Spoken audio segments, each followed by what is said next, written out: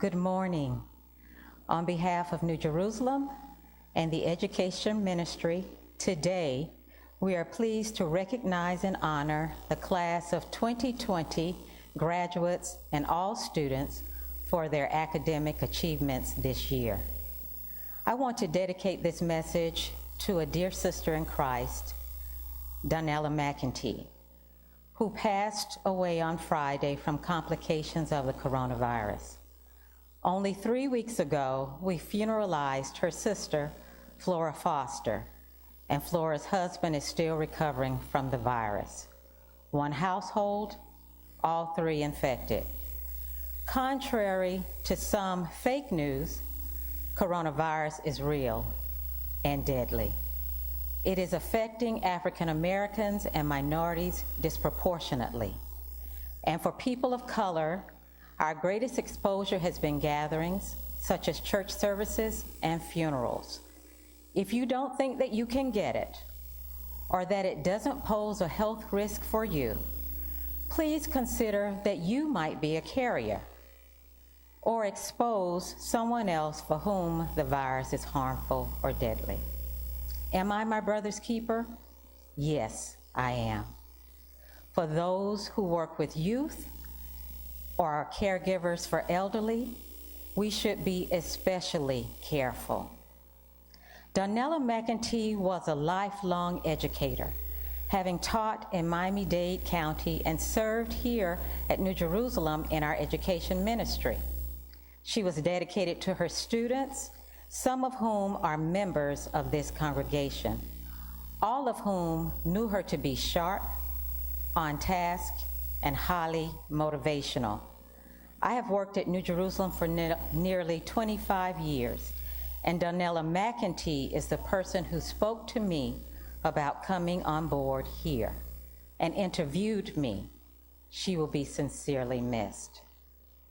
In this COVID-19 season, our students have had to adjust to virtual school and study from home.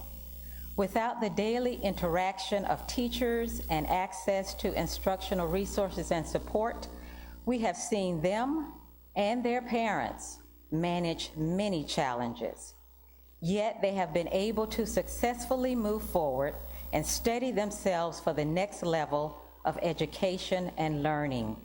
In these challenging times, we ought to give special recognition to our students for their learning gains, minus the balance of extracurricular, social, and athletic activities. They have done this while in the midst of everyone being at home and what that has entailed. To our students and their parents and siblings as surrogate teachers, we salute you. You have had much to do and much to overcome, and you did it. So we want to share a message of encouragement with you today. You did it, now do it again. In the book of 2 Chronicles, chapter 14, 2 Chronicles chapter 14, we witness the inner turmoil of a king who is dealing with a challenge. King Asa and the nation state of Judah are being invaded by a foreign power. In fact, the odds are so overwhelmingly against the king and his kingdom that he cries out to God, as we see in verse 11. And it reads, "Then Asa called to the Lord his God and said, Lord, there is no one like you to help the powerless against the mighty. Help us, Lord our God, for we rely on you, and in your name we come against this vast army. Lord, you are our God. Do not let mere mortals prevail against you." This verse invites us to take our problems to God. Asa, as a wise king, places his confidence in God to overcome monumental problems. So much so that Asa tells God that we can both rest and war, stay and go in your name. Moreover, Asa puts God on the spot when he concludes his prayer with this challenge. Lord God, because we are going forward in your name, don't let the enemy overcome you. In every challenge that we face, we must remind ourselves to put God out first, which means that this doesn't mean that we don't have to show up for the fight, but it does lift the burden from our shoulders onto the mighty shoulders of the all-powerful, ever-present God. Needless to say, Asa and his people won an astounding victory. So great was their victory that it became famous in the region. How could a small nation like Judah defeat a large military and foreign power, a power that had come into their territory, into their homeland, into their space? Judah did it in the name of the Lord. In other words, they followed God's lead. When he told them to stay, they did. And only after he defeated the enemy, look at verse 12, where it clearly says that the Lord defeated Judah's enemy, did he release Judah to go. Go now, Lord? Yes, go now and collect the spoil. Collect what I have provided. Could it be that God allows the enemy to come so that you and I might go to recover the goods? There is good coming, an abundance of it. Even in the midst of struggle, we have to remind ourselves that God fights our battles and he defeats our enemies if we put him out front. And then he allows us to collect and recover good. What an awesome victory and context for the struggles that come our way. Yet only a couple of chapters later, chapter 16, King Asa and Judah are confronted by their cousins, the nation of Israel.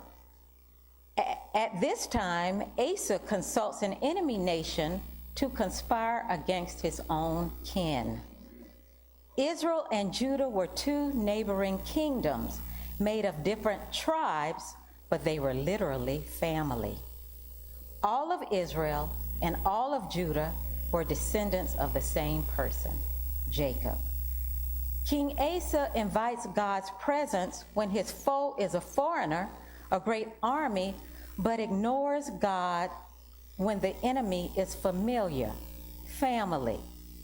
Don't we do the same? We tend to consult God when the odds are stacked against us, when life defies our understanding, but forget to acknowledge God otherwise. In all our ways, we acknowledge him, and he will direct our paths. How quickly we can forget the bridge that has brought us over. Asa had a great approach in chapter 14, but missed the mark in his next challenge. You know, when we were kids, someone would do something that nobody expected, and somebody in the crowd would yell, "Do it again." In other words, if you really have your stuff together, then you ought to be able to do it again. Anybody can do something once if they're lucky, but if you're really good, then you ought to be able to do it again. I was in elementary school and was so proud of myself because I had learned my multiplication tables up to the threes. So when I got home, I told my mom what I had learned. And I shall never forget, she let me spat off my ones and my twos, and halfway through the threes, she said, "Now what's 6 times 3? I was dumbfounded because I know she heard me when I said I had learned them up to my threes. So I repeated that important point. My mom was tough, old school, but I think she figured if her kids got the worst of it at home, they would be able to navigate the world. So she asked the question again, and when I couldn't answer, her simple comment was, "If you really know your threes, then you know that 6 times 3 is the same as 3 times 6. Standing there, I realized that what she meant was to help me to do some critical thinking. And the light bulb went off in my head, and she added, "That's right. You know more than just your threes. If you did it before, then you've got the right stuff to do it again." Many years before Asa reigned as king, his great-great-grandfather David demonstrated wisdom, critical thinking during a crisis of his day. David was a shepherd boy, described as small and ruddy. But David ventured onto the battlefield one day and witnessed a Goliath of a man who had the audacity to belittle the nation of Israel. The king of Israel at that time was Saul, a tall and handsome fellow, kind of orange or maybe green, because he was jealous. But Saul was not confident. More than that, Saul was shallow and lacked the skills to lead his nation and military. He was more into the title and maybe his Twitter account than he was the challenge of leading his people. Sound familiar? David, however, was insulted when Goliath stood up against the people of God and embarrassed that no one would defend the nation against this vulgar enemy. So David volunteers to fight Goliath, and Saul fits the same small David with his armor, but it does not fit. Saul's armor is too big, too bulky, and too heavy. So David casts it off. You've got to know who you are and what fits you. So David chooses a weapon which he is already familiar with. Go with what you know, and as I learned, you know more than you think you know. And you know God. Amen. David then takes 5 smooth stones and his slingshot, and with the very first stone, he sinks that rock right into the forehead of Goliath, stunning the giant and frightening away his comrades with an instantaneous kill. Was David that good?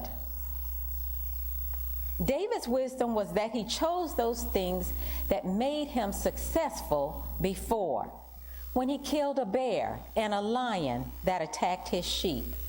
And David placed God at the forefront of his battle, because he shouted to Goliath, "You come to me with a sword, a spear, and a shield, but I come to you in the name of the Lord." David was not a fly-by-night success. He relied on skills he had mastered, experience he had from previous challenges, and he did not forget to put God first.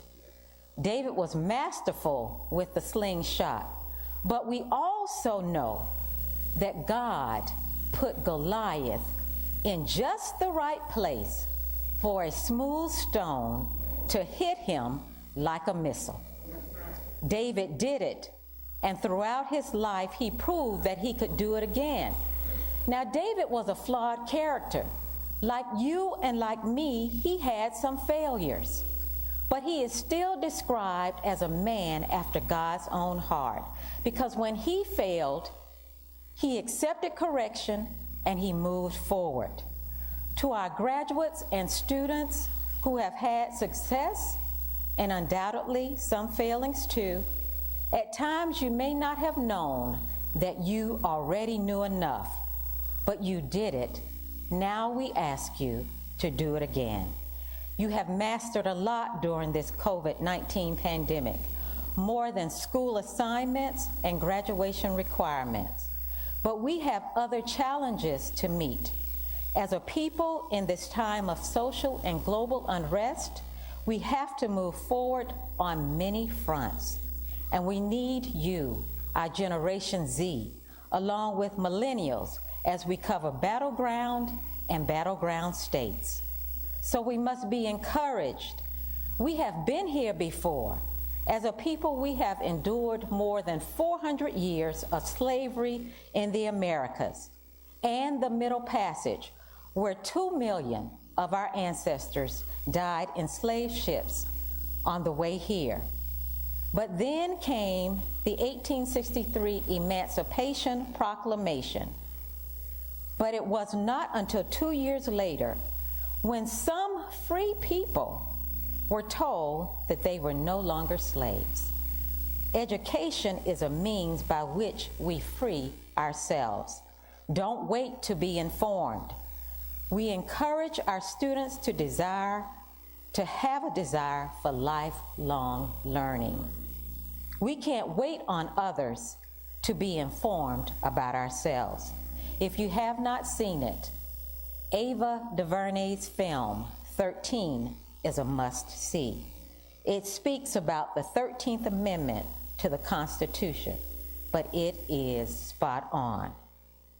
Even though emancipation came, there was a struggle for liberty for people of color. Indentured servitude, the prison system as a means of getting free labor, and generational poverty have been intentional methods to keep free people enslaved. Don't wait to be informed. How can you fight it if you don't know it exists? As enslaved people, we have always sought progress. So don't let anybody make you think that we are not critical thinkers, industrious, and contributors to this society. The Greenwood District of Tulsa, Oklahoma, known as Black Wall Street, demonstrates the power of our people to amass wealth and develop vibrant communities. As a people, we have sacrificed lives and livelihood to secure our voice as decision makers in this democracy. Don't let anyone tell you that this is not our country. Blacks have been enslaved in the Americas as early as 1526, a pocket of them living off the coast of Georgia. So to those who say this is their country, this may be your country too, but this is our country won by blood, sweat, and tears. The period of Reconstruction, which followed the freeing of slaves, saw progress in legislation. As Blacks, we became citizens, Black men were granted the right to vote, and racial discrimination was banned. But that was in the 1870s. Those Reconstruction efforts in the South were reversed by Black codes and Jim Crow laws, which restricted the freedom of Blacks, in effect making us second-class citizens. We would struggle for another 100 years until the Civil Rights Acts of the 1950s and 1960s came to address segregation in education, public accommodations, employment and housing discrimination, redlining, and voter suppression. Do you remember the 60s? Our generation should, because you can't fight what you don't or what you won't recognize. The conservatism of the last 50 years has been a backlash to the progress of the 1960s. Recent instances of police brutality on videotape only exposes what we have known and lived with all along. Should we be surprised with the rise and the resurgence of hate and efforts to reverse equality and equity? Should we be surprised? In the aftermath of Barack's 2 terms as president, we should not be surprised, and we cannot wait on others for us to be informed or to be advocates for ourselves. In this day, what will our response be? What action for change will follow protests and demonstrations? The Voting Rights Act of 1965 had to be extended in 2006. 14 years ago, a right to vote had to be extended so that we could continue to vote. That right will expire in 2031, only 11 years from now. Are we guaranteed the right to vote? Not unless we take it seriously. We must become super voters. We must vote in every election and cast our ballots as informed voters. King Asa relied on the Lord, who gave him great victory against insurmountable odds. And as a young man, David remembered the skills that had made him successful in his youth. God calls the elders because they know the way, and youth because they are strong. Where is our help? Do we remember who and what has brought us this far? We have come through much as a people, and we can do it again. We must remember who we are and whose we are, what great people we have come from, and the God who sustains us. To our graduates, we are proud of you. You have accomplished much because survival is in your DNA. You are here because our people are survivors. If you can hear my voice, you are a survivor. You survived the Middle Passage. You survived slavery. You survived Reconstruction reversals. You survived the efforts of the 50s and 60s, and you will survive. Yes, you have survived. Yes, you can. I want to leave you with some old school wisdom, known in my day, passed on from our elders, but I think so appropriate for our young people today. Something we used to hear all the time: be somebody. The people who spoke to us told us to be somebody. They were trying to inspire us to aspire for greatness. Today, we ask you to be somebody, but not somebody else. You are fearfully and wonderfully made. Each of us as God's creations is unique. We are purposed just as He has fashioned us. Don't listen to people who would enslave you. Why would they tell you the truth? Enslavers come in every shape, color, and size. Sometimes they are even our relatives. Be somebody, but not somebody else. Be yourself, your best self. And don't forget where you come from. Don't forget the bridge that brought you over. Each of us stands on the shoulders of those who have come before us. And because God is for us, who can stand against us?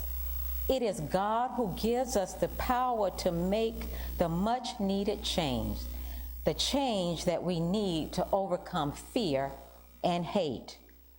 We are brilliant in our own right, that is true, but we did not survive the plots, the plans, the ploys of the enemy by our brilliance. God has been our provider, our protector, our waymaker, our guide. And when we have allowed Him, He has been our defender and the one who defeats our enemy. Ultimately, He is the one who will change the heart of enslavers. But we must address their policies. Be somebody. Don't forget where you come from. And wherever you go, whenever you get there, act like you came from somewhere. That's the flip side of don't forget where you come from, because you are somebody. You have a strong heritage of survivors. If you know yourself, you can more easily reject what is not for you. You don't have to respond to every comment or every insult. My mom used to say, you have to hear it and don't hear it, see it and don't see it. This was the training of the nonviolent movement of the 60s. That does not mean we turn a blind eye. With all eyes fully focused, organized, together, we are watchful. With God in front, we are able to overcome. That's what David did. He chose wisely, and he eventually becomes king when the foolish Saul is killed in battle. Parents, we can help our children choose wisely. There's nothing wrong with scooters and skates, but exposure through books and travel are among the best gifts that we can give our youth. Back in the day, on a family trip going up north, my dad was driving, but my brother and I were the navigators. In that time, you were wise to get a AAA triptych. People don't know that much about that anymore. That was before MapQuest and GPS. You had a triptych which took you from start to destination. But when we got up to Durham, North Carolina, there must have been some kind of major accident, and there were road closures. Our triptych couldn't help us. And so we pulled to the side, and my mom said, "Bring out the big map, open it up, let's find out where we are and find an alternative route." She did not take the map, she left it to my brother and I, who were teenagers. And the adults sat patiently until we figured it out. And they asked us, "Are you sure?" And we said, "We think so." And they asked us, "Are you sure?" before we get back in the car. And we said, "We think so." And we prayed that we were sure. Thankfully, we found a great route, but we had to figure it out. You learn a lot when you just have to figure it out. To our graduates and all of our student achievers, you have done a good job this year, a great job. You did what you needed to do. Some things you just had to figure out. You used critical thinking and skills that you had already mastered, and you were able to pave a path forward. We ask you to continue on that path of education, to work towards your goals and profession. As you do what you can, God will fill every gap and cover every need. Just as your family, your community, and your church need you to succeed, so does our Heavenly Father. Matthew 5:16 says this, "Let your light so shine before men that they may see your good works and glorify your Father which is in heaven." As a people, we have succeeded with our best efforts, but it is the power of God that shakes a world into much needed change, a world that resists the change that they need. You and God are a dynamic duo, an unbeatable combination. As I close, I want to share a national news story. Just this week, NASA named its agency headquarters in Washington, D.C. after Mary W. Jackson. She is NASA's first Black female engineer.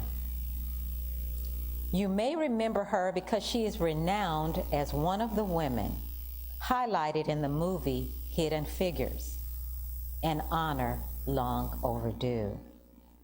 We have a local connection with a similar story. In 1961, a young man from Dania Beach earned a math and chemistry degree from Morehouse College and ventured to Washington, D.C., hoping to go to graduate school. He knew he would have to pay for school himself, so he traveled to D.C. right after college graduation.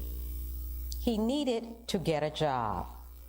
He applied for a job with the U.S. government and also with a large grocery store chain because he had worked in his dad's store in Dania. While waiting for a security clearance, he got hired as a part of the lawn service crew to maintain the grounds for one of the U.S. government headquarters buildings. He needed the income to support himself, but thought that the job interviewer must have overlooked his college degree. But no, the interviewer affirmed, "The only job that you can have is with lawn service. He took the job, cutting grass and pulling weeds, but he made the effort to meet the people in the office of the building for which he worked, outside, in the sun, in the heat.